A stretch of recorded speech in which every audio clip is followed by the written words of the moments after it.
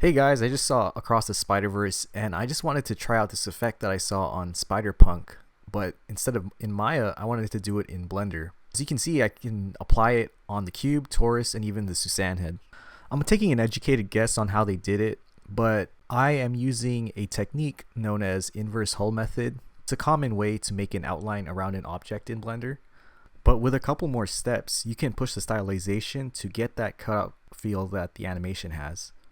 First, let's start out with our default cube. I'm going to use a default cube so that it'll be easier to explain the process without complicating things. So first, we want to add a solidify modifier on our cube. What the solidify modifier does is that it extrudes a mesh based on your original geometry without being destructive to the original base geometry. And we're going to add another material that represents the outline. So the base material will be a solid blue color here in this example, and then the outline will make a solid black. And make sure to change your viewport to the rendered viewport so that you can see your material change. Looks like I'm looking for the color management. We want to change it to standard. We want our color to not be affected by the scene lighting as much. And that's one thing you can do to make your colors pop out more or have them more saturated, is not to be affected by the scene lighting. I'm going to split the window here and add a shader editor. And what a shader editor is it's a graphic representation of the shader or the material that you assign to an object. So we're going to change the shader to an emission shader for our outline material, and we're going to change that color to straight black. Now we see that the outline is assigned this black emission material. We're going to flip the normals for this inverse hull method, and what that does is that it flips the faces of your solidify modifier. And then we're going to change that offset to 1. So you can see now that the material offset is 1, that extruded mesh is now covering that base object. One last important thing we need to do is change the backface culling to on under our material properties, so that when we change the thickness, we're able to see the opposite side of our outline, and that the faces that are closest to us for the outline are transparent. That way we can now see the base material through the outline that we made. And in the modifier, we can adjust the thickness to adjust how the outline cuts in or out of our original object. In this case, we want to go negative so that it doesn't cut in our base material. A larger negative number on the thickness will result in a thicker outline. We're just going to adjust it down to something more manageable. And you see when I rotate around the viewport that the outline remains on the exterior of the object and we don't see anything inside cutting in. Okay, now for the fun part, we're going to deviate from the inverse hull method by applying an image texture, and this is the basis for what's going to give us that cutout look. With the image texture node, we can open up any PNG or image file. In this case, I'm going to use a collage I made in Photoshop. Alright, our image texture file loaded in, and you can see how it applied to the outline material. It's still able to retain that graphicness of that image texture collage that I made. As I rotate around, you can see that it still has the information of being an outline.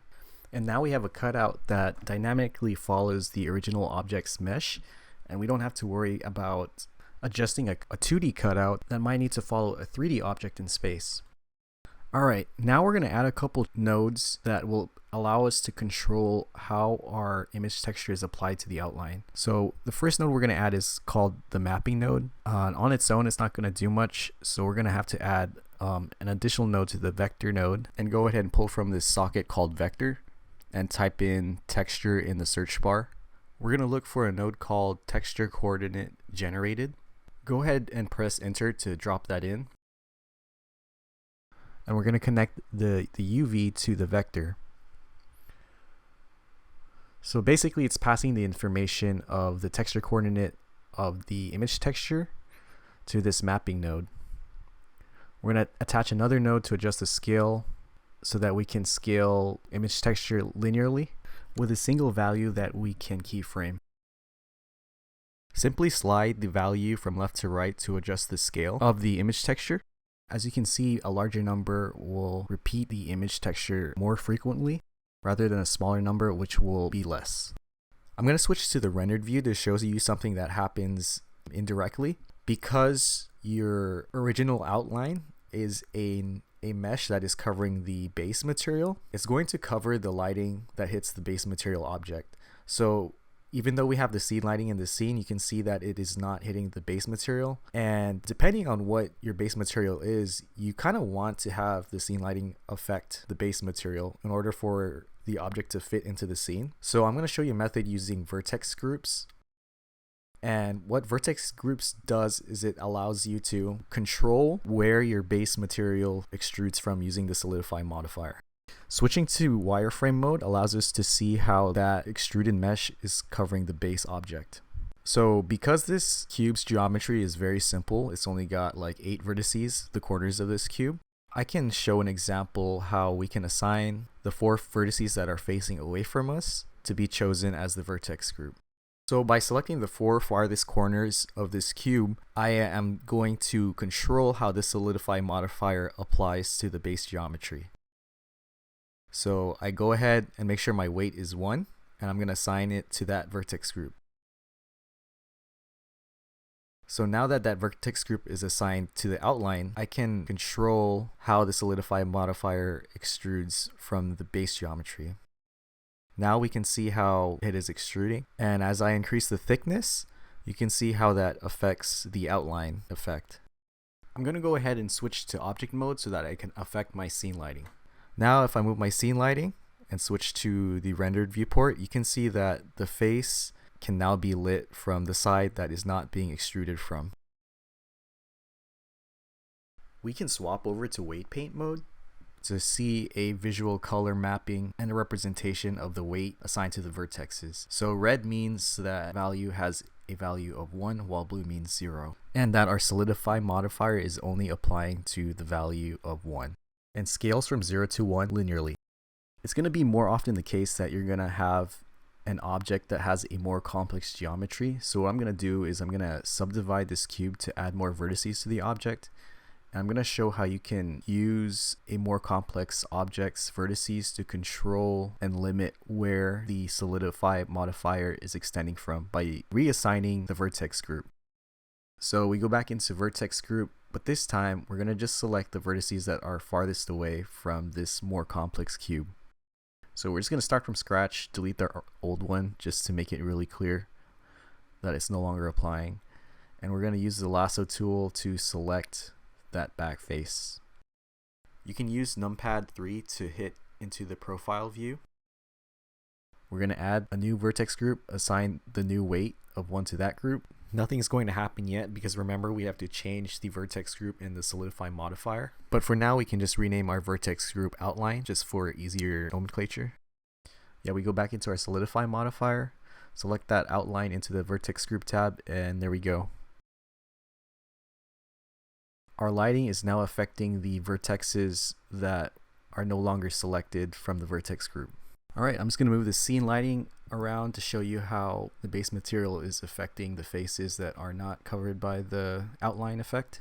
And you can see how the cutout looks and feels more 2D with this method, and it looks pretty good from the front view and like 3/4 views. I'm kind of just scrolling through the thickness to show you what the effect I kind of want to achieve is to keyframe the thickness later on. So I'm just kind of sliding to show that to help visualize the effect. You can play around and switch up the modes to complex, but generally you want to keep it towards the simple mode. You don't really need to play around with complex. I'm kind of confused with what that mode is actually. You can change and play around with the thickness mode to create a full even. I'm just going to slide the scale value assigned to my mapping node here to show you how I can visualize and keyframe this value later on to get that cutout feel further. Okay, we're going to drag from the corner here to bring up a new window, and we're going to change this window into the animation timeline.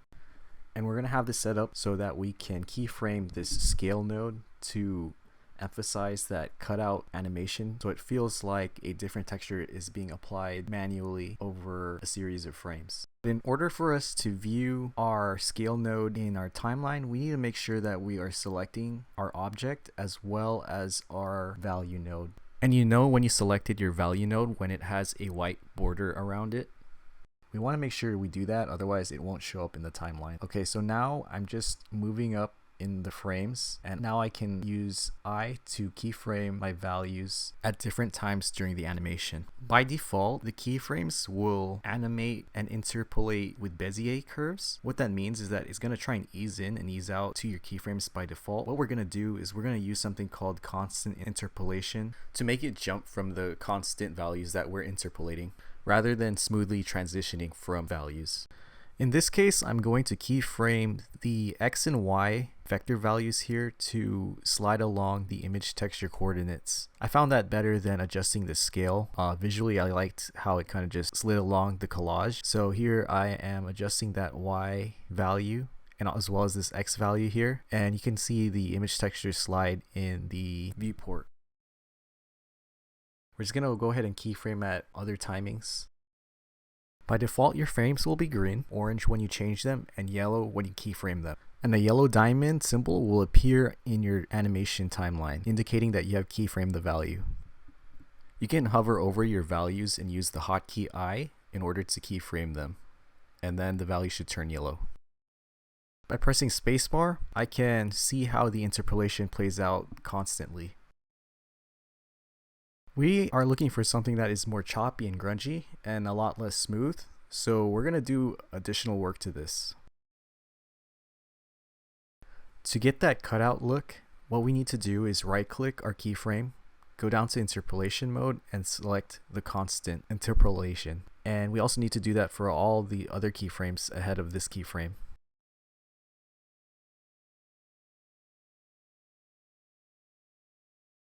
If we go to our graphic editor, we can visually see how our keyframes transition from value to value.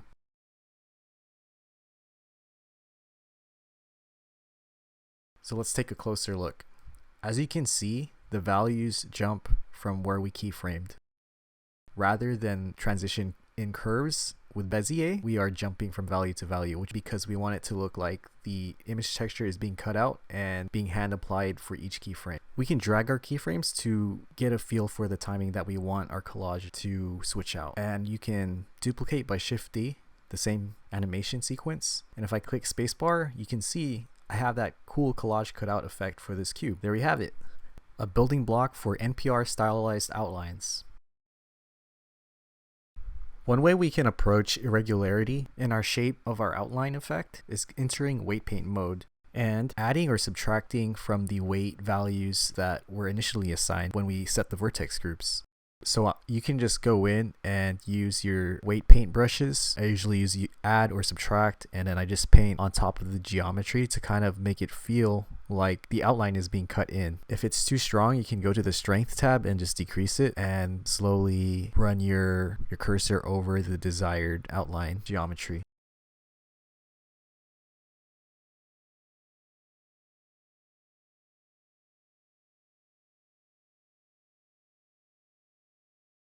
With this process, we're able to get it to look like it was haphazardly cut. Let's switch back into render view so that we can see the desired effect.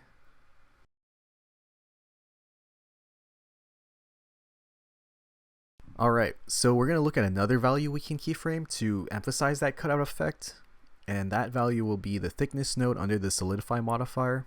We're just going to assign different values to the thickness. One smaller than the current one and then one larger than the current one. And then we're going to do the same process of constantly interpolating the value so that it can jump in outline thickness.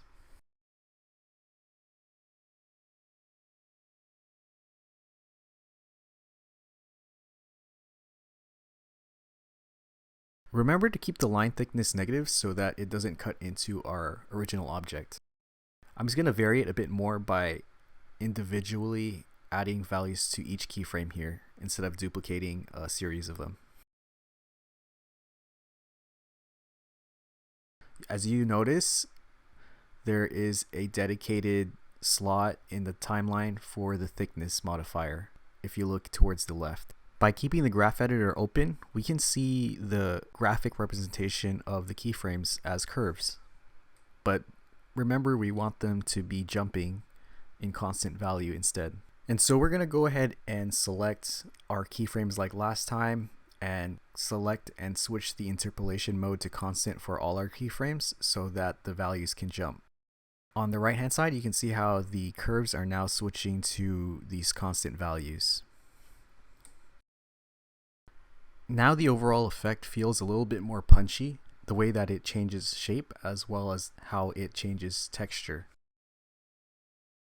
I just wanted to show how, because this effect is based upon changing a material for the outline, you can quickly swap your image texture that creates your outline into different ones that you made. So this one is showing a Japanese punk kind of collage I made. This other one has more of a pink theme to it. And of course we can apply the same idea to our base object and have it animate with a constant interpolation as well in order to get that kind of frame chopping look to it. And you can see how the benefit of this works out, where the outline basically dynamically follows the original object. And of course we got to do this process with the Blender donut. Basically it's the same process as a cube. I'm going to select vertices where I want the outline applied and then assign that vertex group to my solidify modifier. So the trickiest part about this is just making sure I can select those faces or vertices that I want the outline to extend from. Assign the selected vertices to the vertex group and apply it to the solidify modifier. And from this view you can see how the outline is behind the object. The same goes for the Suzanne head. I don't want to make fun of the Suzanne, but the mesh is not really the most clean mesh. And you can see where if I don't use vertex groups to control where the outline effect applies, it starts to stack in places where I don't want it to be. So we have to go into our vertex group in order to change that. I start to selectively choose faces or vertices that are perpendicular to my outline. That way I don't have any weird overlapping of the outline that I don't want to see. And here's a shot of all those three objects with the outline effect applied at once. I just wanted to show how versatile this process can be, from very simple objects from a cube all the way up to the Suzanne head, and even your own objects that you'll develop in your own projects. The cool thing about Blender's modifier system is that it's non-destructive, meaning that every step along the way you can change and go back and edit. If you want this exact blend file along with the image textures that I made specifically for this demo, you can find it in the description down below, and it'll link to my Gumroad, where it also has a written guide that covers a lot of gaps in the terminology that I use that might help clarify it for someone who's trying this out from the very beginning in their experience with Blender. Because this is YouTube, I kind of have to gloss over some ideas to keep it more quick paced in order for the algorithm to favor my reach and my video. So I'm hoping that the guide will kind of clear some gaps that I might be unintentionally missing from this video format. I know it's easier for me to learn when I just pick something apart that's already been constructed. I'm hoping the package will allow you to have a head start and give you a better probability of success in applying this process.